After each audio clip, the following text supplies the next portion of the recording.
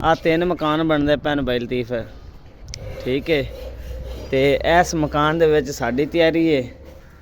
आवे बापा आउदी लगनी है, टैंकी टूंकी रखी है या प्लस्तर हो रहा, प्लस्तर पिछू की जाते चाचे अंसरोरी।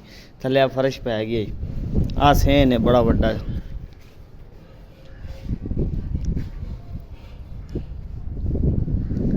ठीक है। आ चेक कर लै, ये आवे आ मेरा उस्ताद है। उस्ताद जी आ किचन आ गया बलदीफ। आ मोटर रखी थी बहुत नवी जीरो लिया के। अच्छा हाल जानी हो तो दस दिया जी। उस्ताद हुण अंदर आ गया नेरा, लाइट बालने आ मैं अंदर ही लतीफ आंदा। आवे ये अजे प्लस्तर होना है। आवे तो कोठा बड़ा वड्डा है, चेक कर।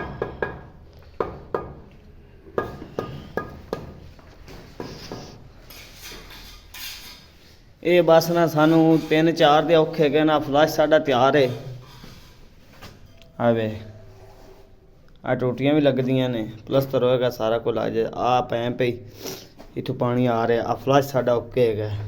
आ मेरा मसाला बना पिया है, इत्थे मैं जाना है ते आ नाल आपदा ही, ठीक है। इधर तो नहीं, इधर तो सीमट सुमट रखी दा, समान समून अज दा पिया वे। वो अगा भी कमरा वेला पिया, वो भी थोड़ा सफाई सफाई करने वाली आवे।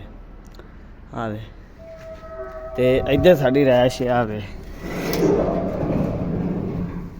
हाँ मॉल ही, आ वाशरूम के दरवाजे आए अपन,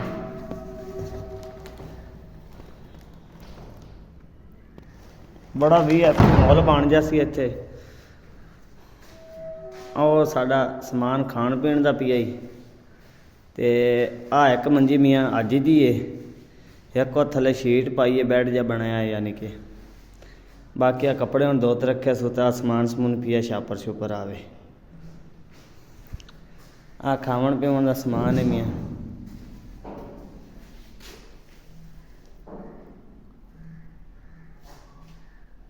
आ खीर राती पकाई भाई जी, आ प्लेट च चेक कर। हुण आटा गुण तो रखा पिया, सालन आवन गई हुई आपदा, बस मुड़ो आंदा तो पका तो खाने हैं भाई। थोड़ी जी वीडियो रह गई सी यार। ये आवे आ तैयार होया पिया, आ चाचे ने सुटन लगे। आ वेख लै, आ सीन बनना है, मॉल बना पे। आ चाचा अंसर खड़े,